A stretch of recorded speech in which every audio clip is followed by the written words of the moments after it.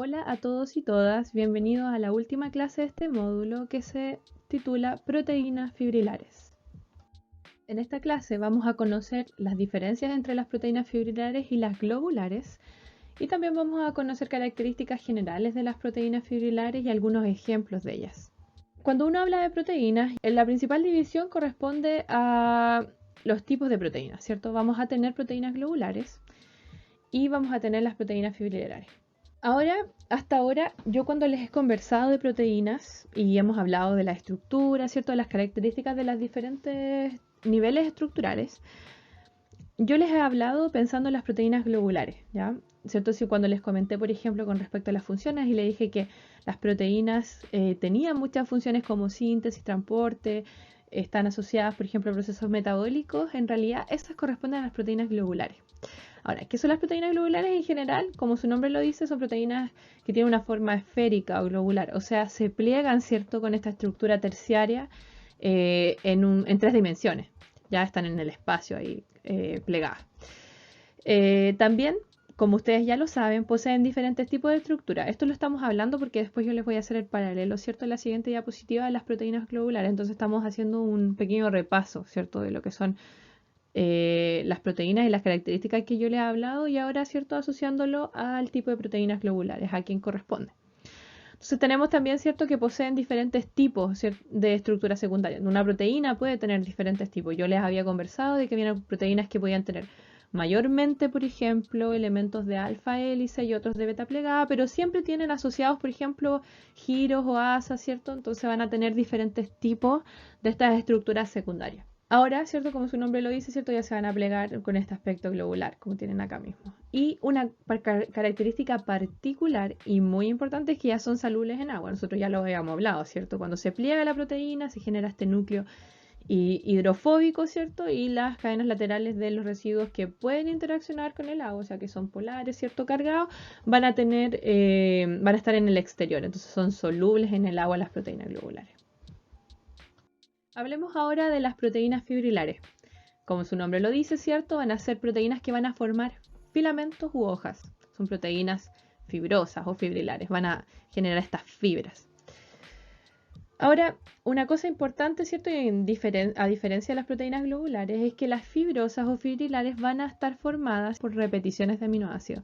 Entonces, la secuencia de las proteínas fibrilares, lo podríamos decir de una manera sencilla, son secuencias monótonas, son repeticiones de aminoácidos.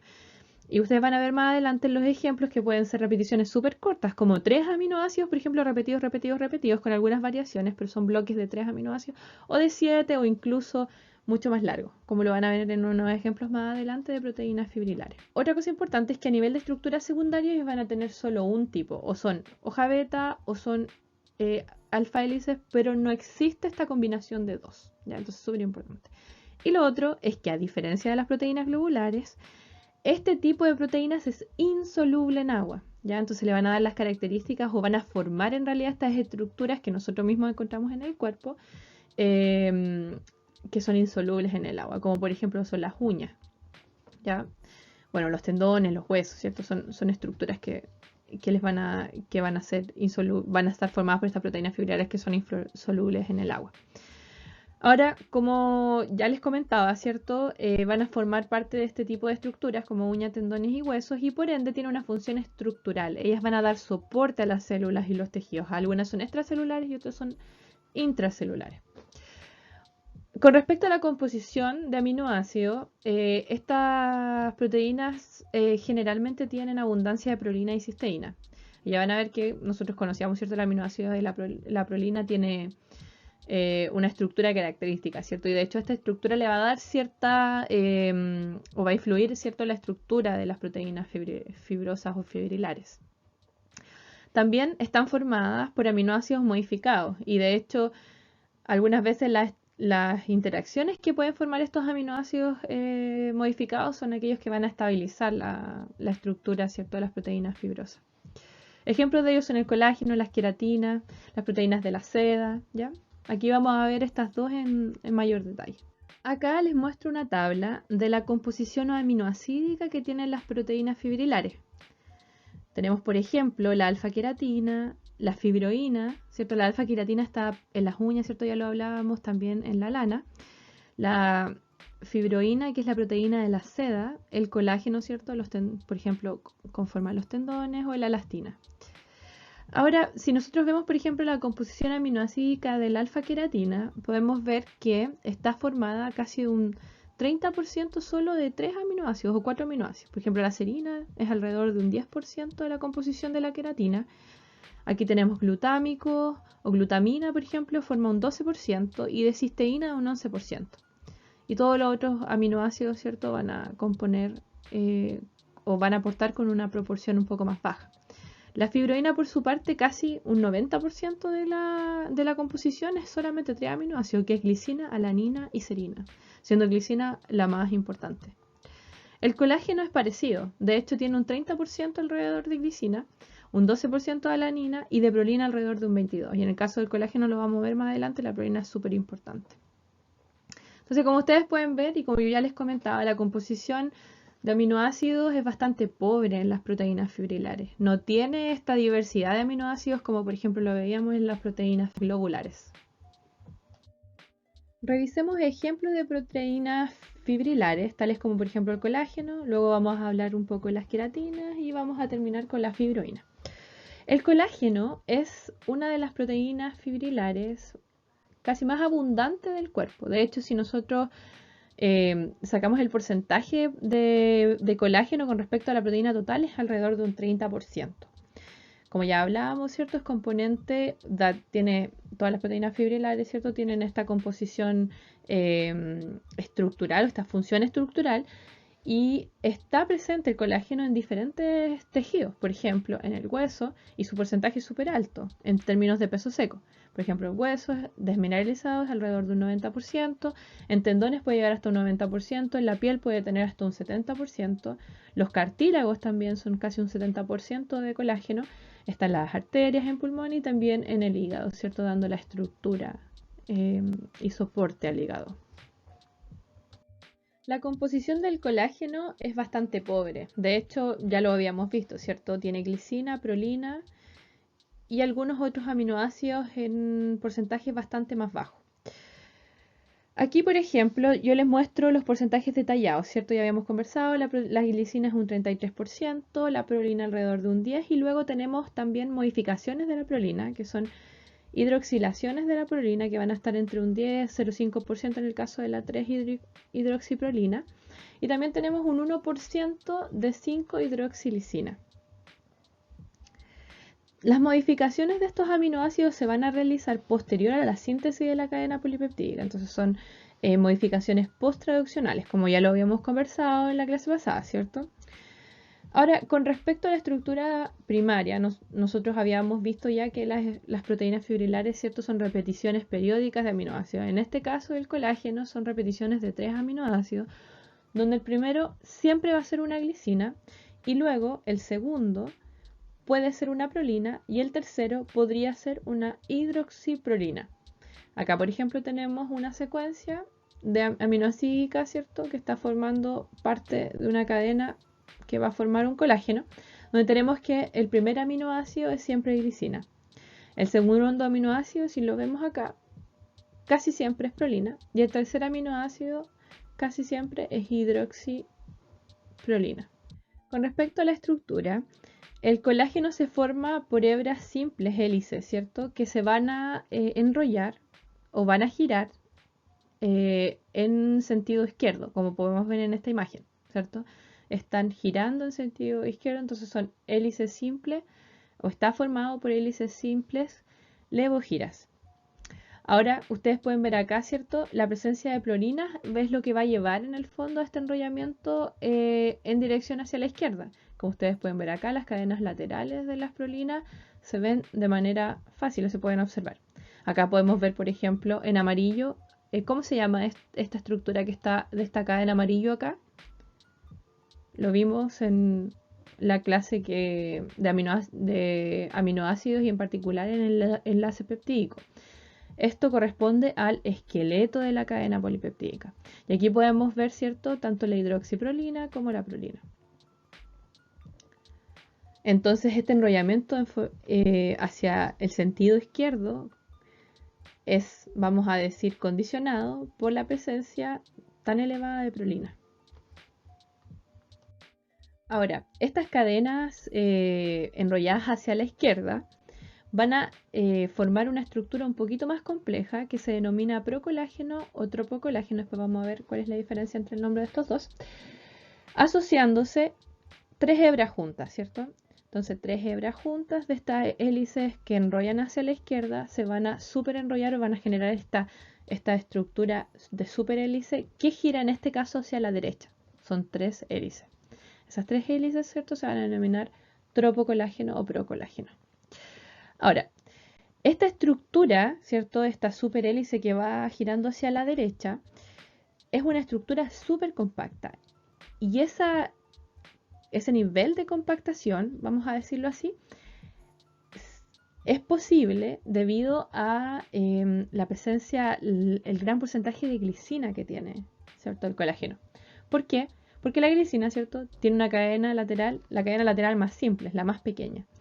Y de esta manera se dispone hacia el interior de esta superhélice que está acá. Al ser tan pequeña, ¿cierto? Estas tres hélices se empiezan a enrollar y se empiezan a compactar por la cadena lateral, ¿cierto? O esto lo hace posible la glicina, la cadena lateral pequeña de la glicina. Y a la vez, las cadenas laterales tanto de las prolinas como de las hidroxiprolinas van a quedar hacia el exterior, como lo podemos ver aquí. Ahora acá tenemos un esquema que muestra la síntesis de la fibra de colágeno completa. Se podemos ver, ¿cierto?, que estas hélices simples se van a agrupar de a tres, generando lo que nosotros conocemos como la fibra de procolágeno, ¿ya? O el procolágeno. El procolágeno tiene los extremos, tanto N como C terminal, desordenados, ¿cierto? El procolágeno pasa por un proceso de clivaje de tanto el N como el C terminal y forma unas hebrillas que se denominan tropocolágeno.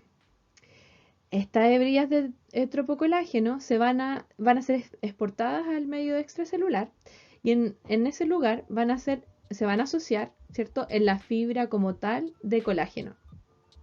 Estas fibras de colágeno se van a asociar o se van a estabilizar por puentes o enlaces covalentes que se forman entre la lisina y la hidroxilisina. Entonces vamos a tener que estas como enlaces acá o que se ven que están esquematizados acá corresponden, ¿cierto?, a enlaces covalentes que van a estar estabilizando la fibra de colágeno.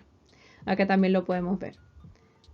Esas interacciones que están ahí corresponden a enlaces covalentes entre los residuos de lisina y hidroxilisina.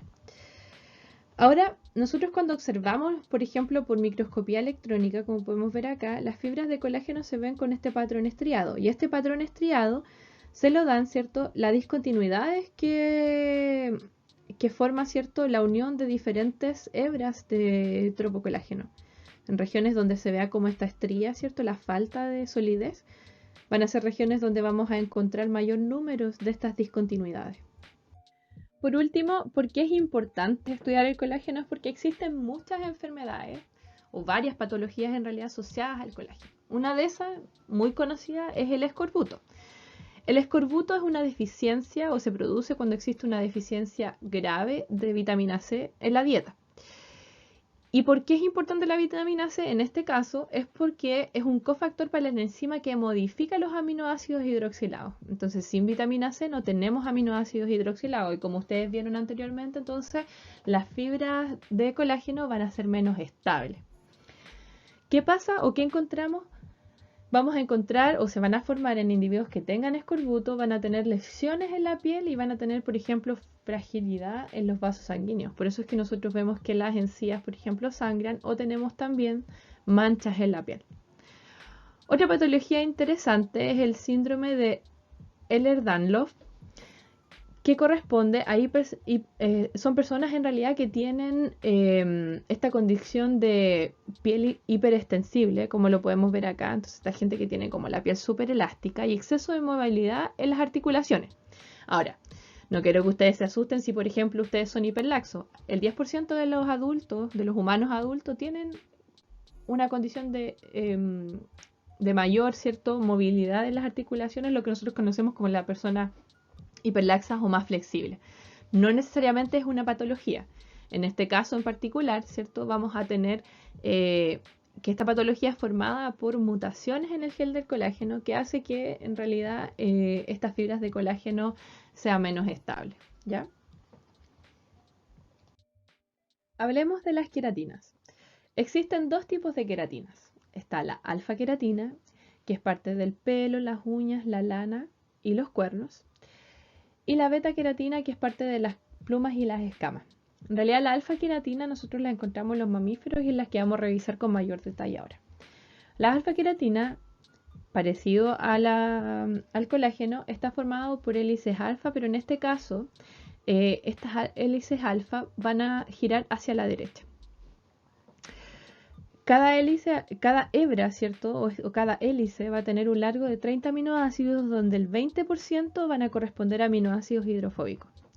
Otra característica importante es que las alfa-queratinas son ricas en cisteína y después vamos a ver que son súper importantes para estabilizar la estructura final, la estructura de la alfa-queratina. Ahora, dos hélices alfa, ¿cierto?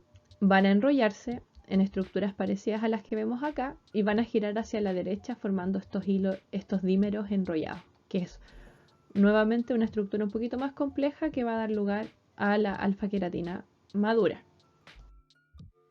Acá vemos la síntesis de la alfa-queratina.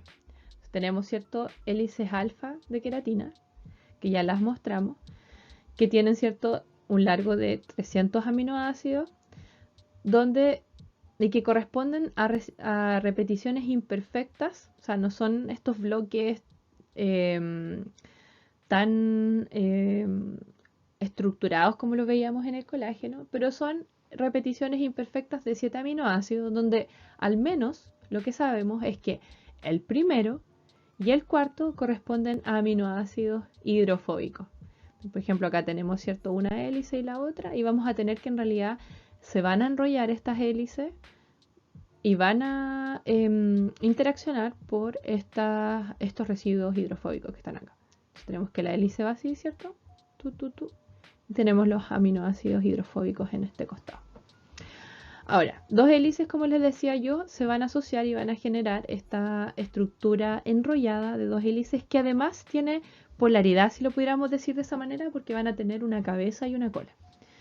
Ahora, estas hebras, ¿cierto?, enrolladas se van a asociar entre la cola y la cabeza de otra y van a generar estas estructuras que se llaman protofilamentos. Protofilamentos se van a asociar entre ellos y van a generar la microfibrilla, que en realidad es la base, por ejemplo, de la estructura del pelo, como podemos ver acá. Ahora, estas microfibrillas es súper importante porque se estabilizan por puentes disulfuro y de aquí la importancia por la cual, por ejemplo, la alfa-queratina es súper rica en cisteína, porque quien está finalmente estabilizando, ¿cierto?, la estructura base que se denomina microfibrilla van a ser estos puentes disulfuro. Esto también es importante en secretos como por ejemplo el alisado del pelo o el encrespado permanente del pelo. Ya lo vamos a ver.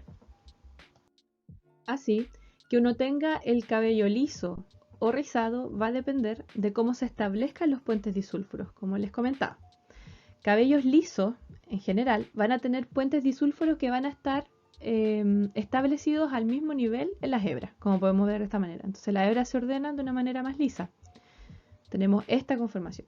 En cambio, en cabello rizado, los puentes de hidrógeno se van a establecer con diferentes regiones, como podemos ver acá. Y esto va a llevar, ¿cierto?, a que el cabello adopte, ¿cierto?, esta forma más ondulada. Ahora, con respecto al secreto de las permanentes de los pelos, es súper fácil en realidad al principio. Tenemos, por ejemplo, un cabello que está así.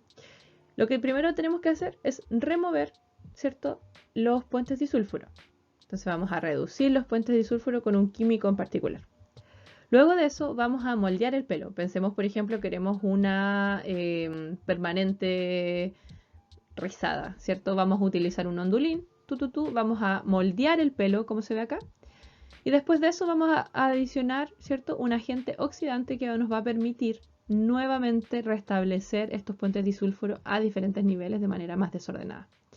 Esto básicamente va a llevar a que, ¿cierto?, nuestro rizado quede de manera permanente. Por último, hablemos de la fibroína. La fibroína es la proteína que está presente en las fibras del gusano de la seda y las telas de araña. Estas estructuras, esta proteína está formada, a diferencia de lo que habíamos visto anteriormente, por hojas beta. Y las secuencias, ¿cierto?, de la cadena polipeptídica que están formando esta proteína corresponden a repeticiones de este tipo de secuencia. Habíamos conversado ya que la fibroína tiene gran cantidad o está formada en un gran porcentaje por glicina, como podemos ver acá. Ahora, como ustedes se deben acordar de su clase, ¿cierto?, de la clase que vimos de estructura secundaria, las hojas beta tienen o acomodan sus cadenas laterales, ¿cierto?, de manera opuesta. Tenemos una cadena lateral hacia arriba, ¿cierto?, y la otra hacia abajo. Ahora, esta disposición y la gran cantidad tanto de glicina como de otro aminoácido que es la serina y la alanina hace que la asociación de hojas beta empaquete o genere estructuras bastante empaquetadas, ¿ya? Como podemos ver acá, todas las glicinas se van a enfrentar y todas las alaninas serinas se van a enfrentar, estabilizando esta estructura por interacciones del tipo Van der Waals, ¿ya? Ahora, otra característica importante es que estas hojas beta están completamente extendidas y esto hace que la fibroína o este tipo de proteína filamentosa no sea extensible, no es flexible. Diferente, por ejemplo, lo que nosotros vemos con el pelo, ¿cierto? Nosotros podemos estirar el pelo. Esta fibra no es extensible, sin embargo es muy flexible y se puede doblar. Entonces, eso con respecto a las características de la fibroína. Bueno, chicos y chicas, hemos llegado al final de esta cápsula y también al final de las cápsulas de este módulo. Como tarea les voy a dejar 3 cosas. Lo primero es realizar la tarea voluntaria de mapa conceptual o mental, donde deben integrar toda la información que vimos en este módulo. Segundo es realizar la evaluación formativa que se encuentra en la plataforma Bioeduca. Y tercero es revisar los textos complementarios que les dejo al final de este módulo. Que estén muy bien y nos vemos en el próximo módulo.